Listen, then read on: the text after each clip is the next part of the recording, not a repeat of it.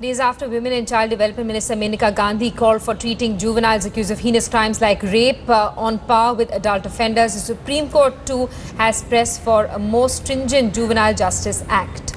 Well, while hearing a CBI appeal against the Kolkata High Court verdict that declared one of the accused in a murder case a juvenile on the basis of school certificate, the Supreme Court has observed, and I quote, "You cannot have a cut-off date for crime like you have for government jobs. We need to see our constitutional framework and laws. If an accused has right to liberty, so does the victim. Let us not be oblivious to the crime that takes place."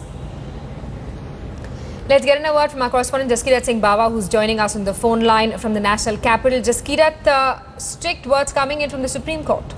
Well, that's correct. Now, this is a bench of Justice Deepak Mishra and Justice Gowda, which had made this observation in a specific case regarding CBI appeal from the Kolkata High Court.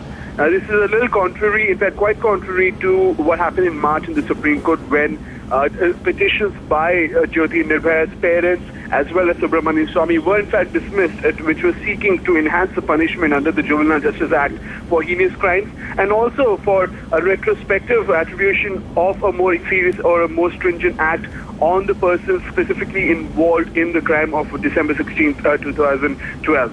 Now, that is not possible as per the Constitution of India because the fundamental rights also give you the right against double jeopardy, which means you cannot be tried for the same crime twice.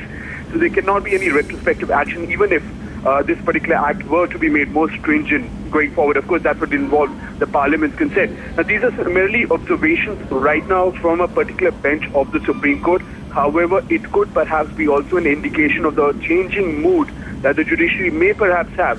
It remains to be seen whether or not some concrete steps are also taken in the same line or in the same direction by the judiciary. Right, and just even as we look at the executive, the ministry concerned kicking into motion some of the changes in Juvenile Justice Act, this observation of the Supreme Court, which is very critical of the manner in which juvenile age is cited in crimes related to rape and murder, it could certainly be cited by the ministry.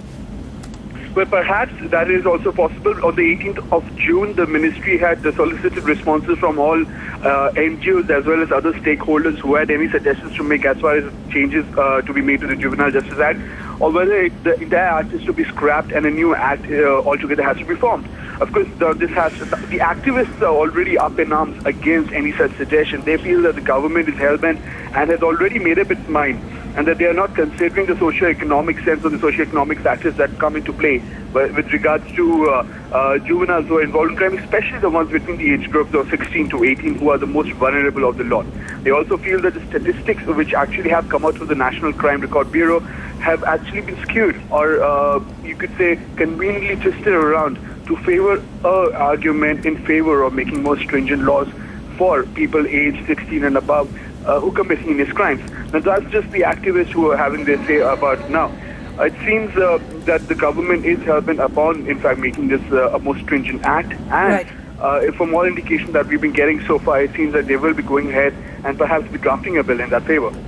All right, heated debate is on over the matter after Maneka Gandhi's statement where she suggested that the ministry is already in process of bringing in some changes to Juvenile Justice Act, making age no bar for crimes as heinous as rape and murder. Jaskirat Singh Bawa, thank you very much for joining us.